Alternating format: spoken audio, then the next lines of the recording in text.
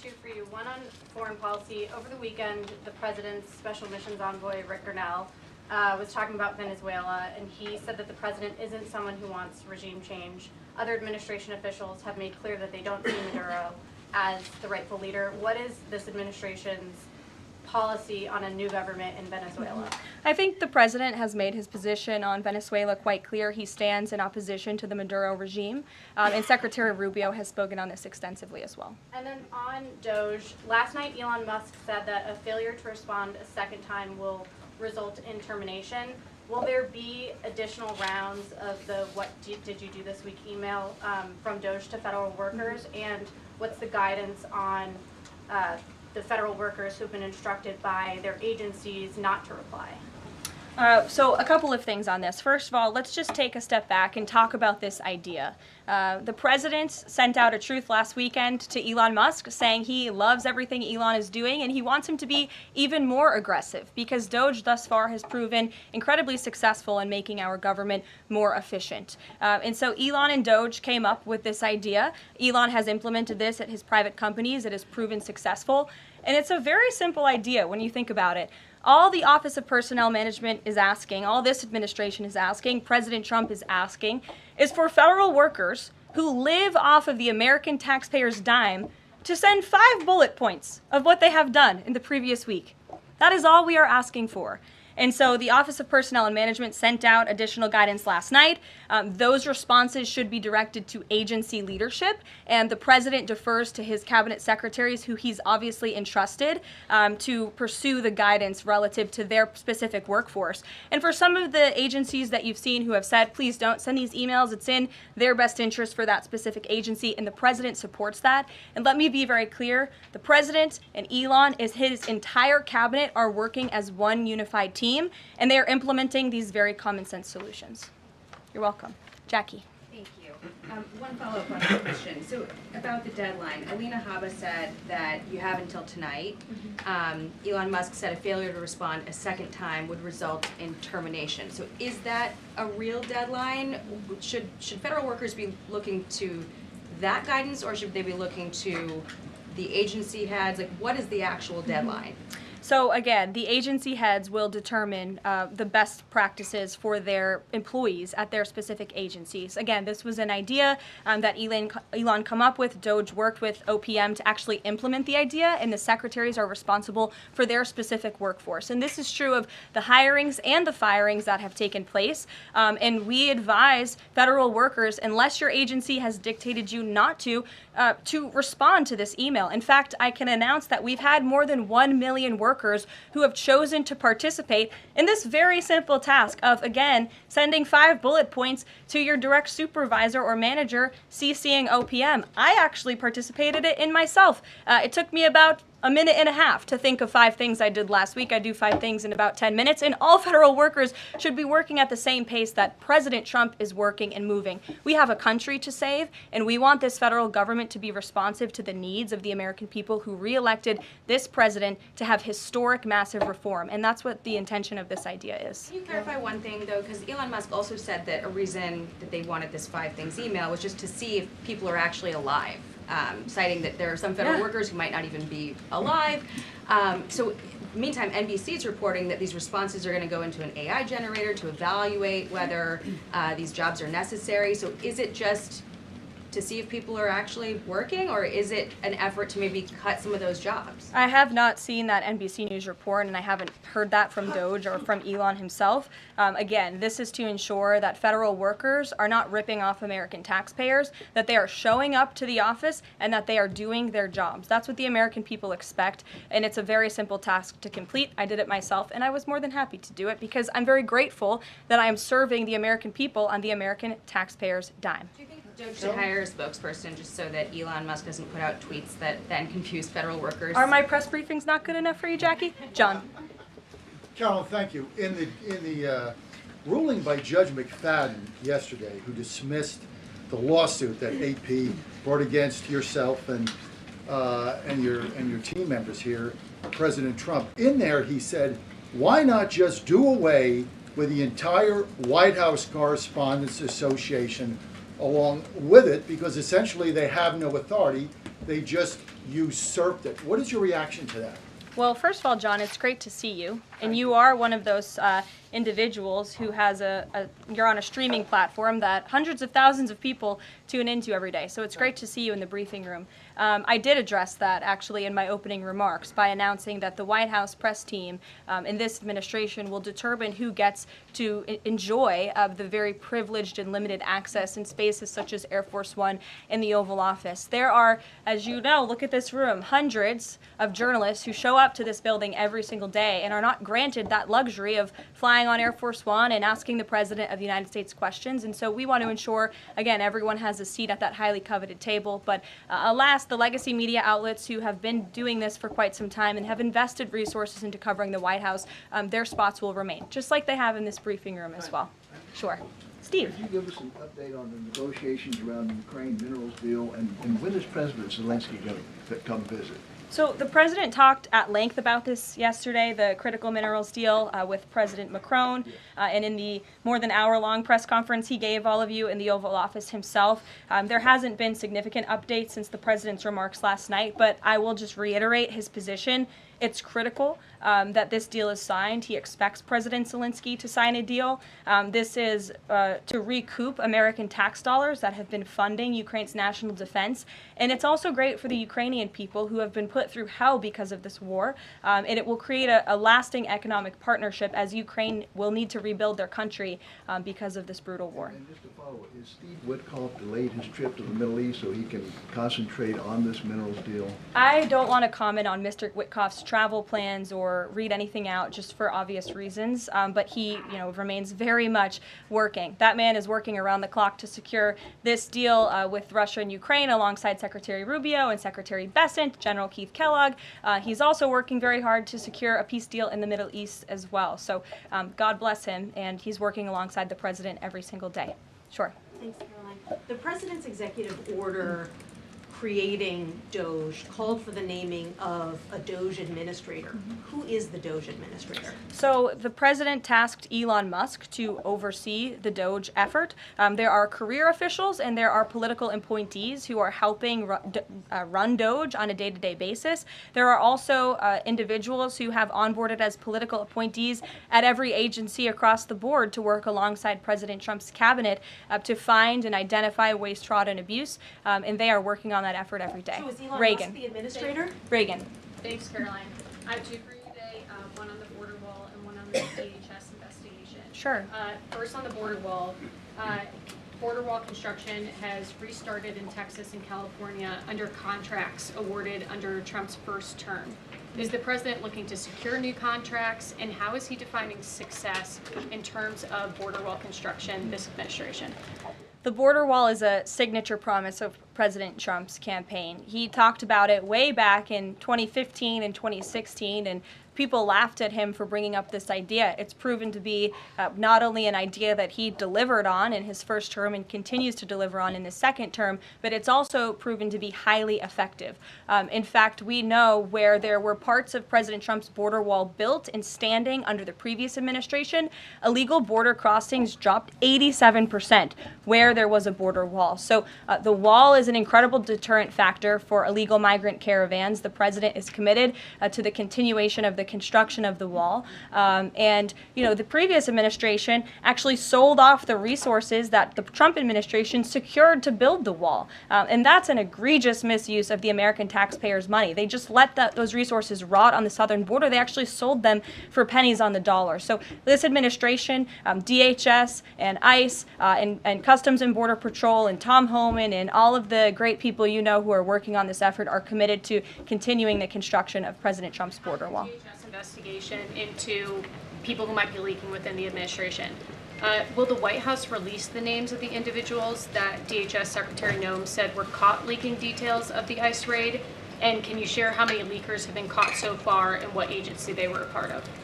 I would defer you to DHS on the leakers that they have identified, but I know the president and this White House commend Secretary Noem for launching an internal investigation to identify those leakers because it's unacceptable for career bureaucrats who are standing in the way of the will of the American people and enacting President Trump's agenda.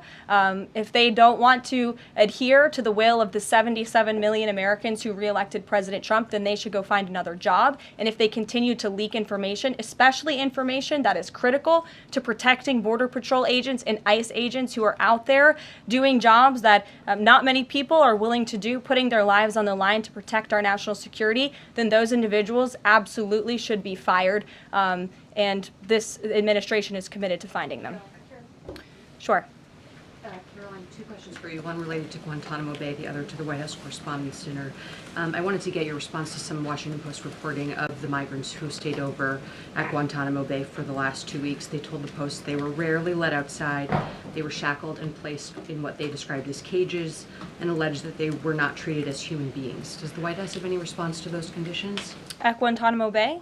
It's a promise the president campaigned on, that if you invade our nation's borders, if you break our country's laws, and if then you further commit heinous, brutal crimes in the interior of our country, like raping and murdering innocent, law-abiding women and girls, and committing heinous acts of violence, then you are going to be deported from this country, and you may be held at Guantanamo Bay. These are criminals we are talking about. Don't forget that. Sure. So U.S. consumer confidence fell this month the most since August of 2021. What is your message for Americans who are concerned about the impact of things such as tariffs on prices? Yeah, sure. Well, thank you for that question. It's obviously an important one. The president campaigned on reigniting the Trump economy and fixing the mess that was created by the previous administration. We know they created an economic and an inflation nightmare for the American people, and I'm not going to stand up here and lie to you like my predecessor did about the state of our economy. We understand there are people that are hurting, and this administration is wholeheartedly committed to ensuring that those individuals see relief and price reductions and tax cuts and in less regulations that are burdensome on their household and their businesses. And the president and this entire administration are focused on that every day. I can go through the very long list of economic actions this president has taken. I know you work for Bloomberg, so I'm sure you're well aware of them, but I can assure the American people that the president is very much focused on bringing down the cost of living crisis in this country that was created by the previous administration. If I could just have a quick follow-up. Sure. Is the president planning on whipping any votes for support for the House budget vote? And if so, to whom is he making calls? I'm not aware of any calls that he has made. I did talk to the president about his position on this just before coming down here, and he said that he's made it very clear to the Hill what his priorities for a budget are. He's said it to the Speaker of the House. He said it to Leader Thune. The Senate and the House know what President Trump wants and know what the American people want. And so he expects Congress to get it done. He's looking at the proposal from the House. He will also be looking at the proposal that I believe the Senate is drafting up as well. Sure. Thank you, Caroline. I have two questions. Does the United States, sorry,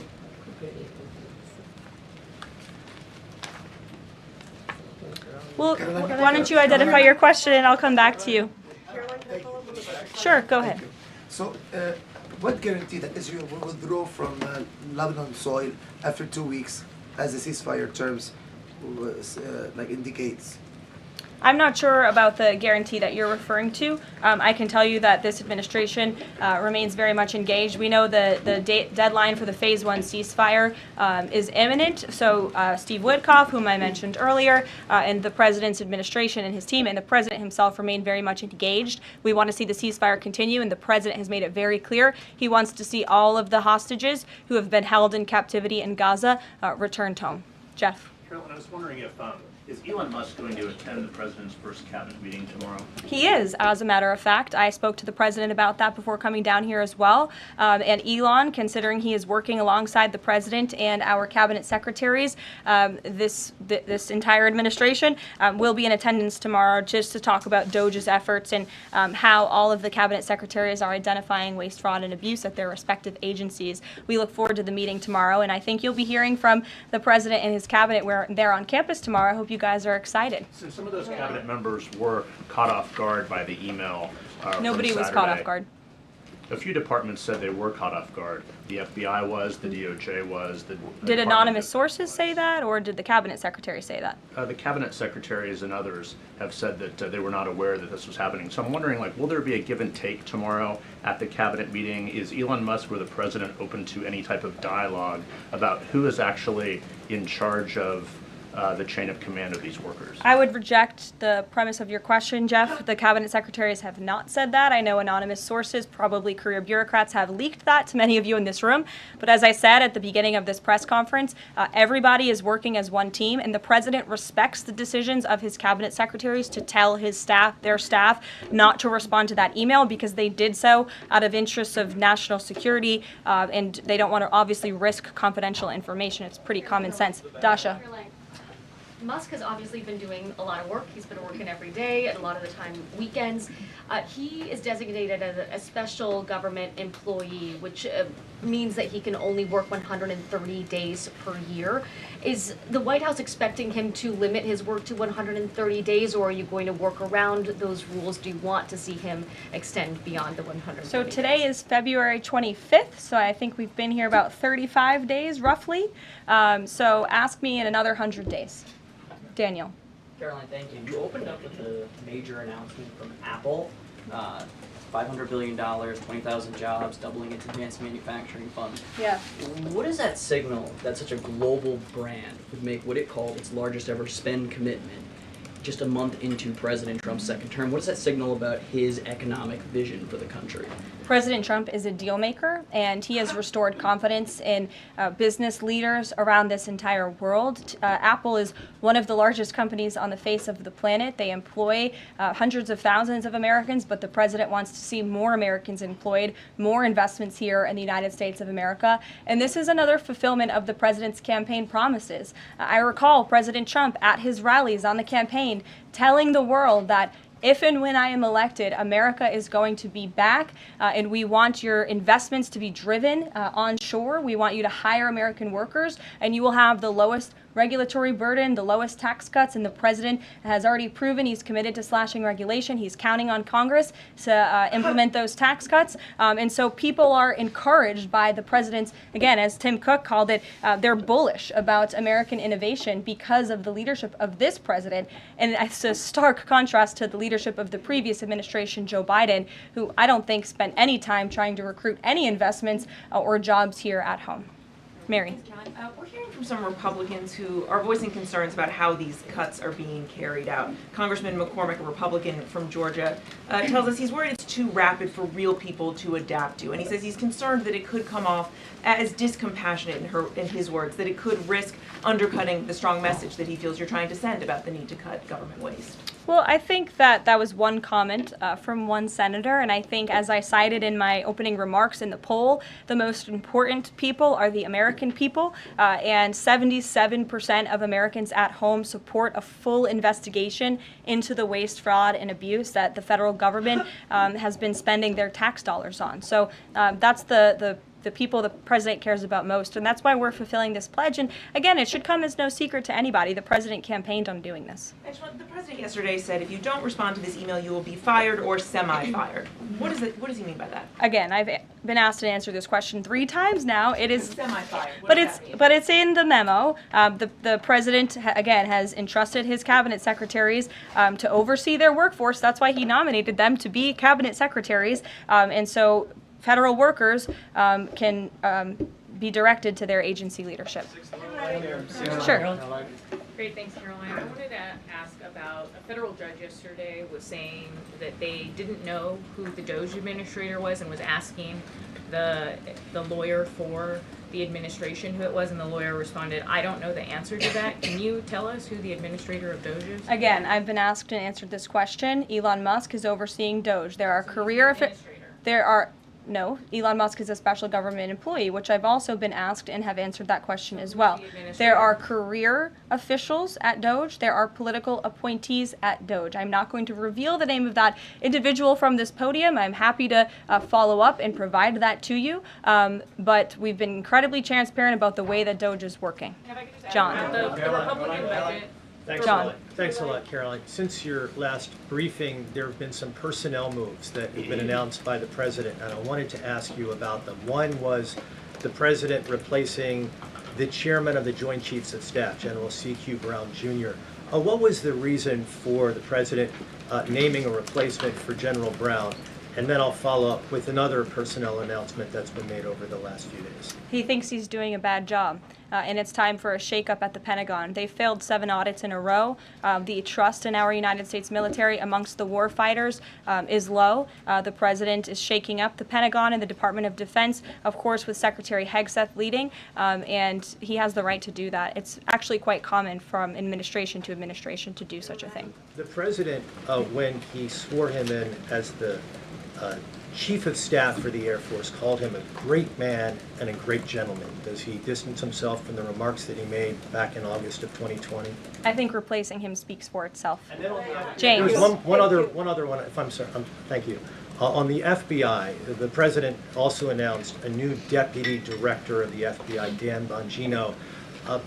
From what has been reported, and maybe this is not accurate reporting, you can tell me, the FBI director, Kash Patel, informed Republican senators that it would be an individual named as the deputy who was a special agent currently at the FBI, and of course Mr. Bongino is not. What was the reason for naming Mr. Bongino to this position, and was Mr. Patel not correct in making that assurance to those senators? I'm not sure if anybody in this room has listened to Mr. Bongino when he talks about the past corruption at the FBI, when he talks about his experience serving for the United States Secret Service. This is a man who loves his country and who has honorably served our country in ways that many people have not. He understands the depth of the corruption at these institutions, which the American people re-elected President Trump to shake up. And I think it's quite despicable to see many networks in this room who have had chyrons on their television screens labeling Mr. Bongino as a far-right podcaster. He is not. He is a former law enforcement agent. He is a former Secret Service agent who put his life on the line to protect this country, and that is why the President of the United States has entrusted him for this important role. He's also an outsider to this Washington swamp, and we often see that when outsiders are appointed to such coveted positions, a lot of people in this city get very, very nervous, and they should be, because Dan Bongino and Kash Patel and Attorney General Bondi are focused on rooting out the corruption at these agencies and ending the weaponization of government once and for all. I'd like to end with something. As you all know, you know what, James? I'm feeling generous. Go ahead. I will take it. Thank you, Caroline. Sure. I wanted to ask Don't make me regret this. I wanted to ask about the Macron visit and the Russia-Ukraine talks in general. Sure. It's pretty clear to my eye that President Macron was performing a kind of delicate dance, lavishing praise on the president while seeking in his own remarks to try to bind President Trump to positions and even specific language that the president has not committed to heretofore. One of the most bracing comments from President Macron was when he said that the deal that President Trump is negotiating with the Russians must not be, quote, a surrender for Ukraine. All of the public points that we have heard from President Trump, from Secretary Hegseth, and from other administration officials talking about these negotiations have averred to, quite openly, to concessions from the Ukrainians that will have to be made. The minerals deal, the abandonment of their NATO ambitions, and other elements. So far, we have not heard any administration official suggest a single concession that the Russians should be prepared to make. And so I wonder if you could assure us, at a minimum, that this negotiation process will not be as one-sided as the Europeans seem to think it is, that in fact, President Putin will also be made to engage in some concessions to reach this deal. Well, I think the president knows how to make a deal better than anyone who has ever assumed the office of the American presidency. And in order to make a deal, you have to bring both sides to the table. And typically, when you make a good deal, both sides leave that table a little bit unhappy. I'm not going to outline the concessions that the president and his team are engaged in discussing. These are obviously ongoing negotiations, and it would be unwise of me to impede them from this podium. But the president has made significant improvements in ending this conflict. He is committed to seeing an end to the war. He wants to see the bloodshed and the killing stopped. He wants to stop seeing young men being killed and slaughtered. This has been going on for far too long. The president inherited this mess because of the incompetence of the previous administration, and he's committed to fixing it. And he's made, some of those concessions clear, but I'm not going to get ahead of him on additional ones. But he is wholeheartedly committed to striking a peace deal in Russia and Ukraine, also in the Middle East. Thank you very much, guys. Good to see you. We'll see you later.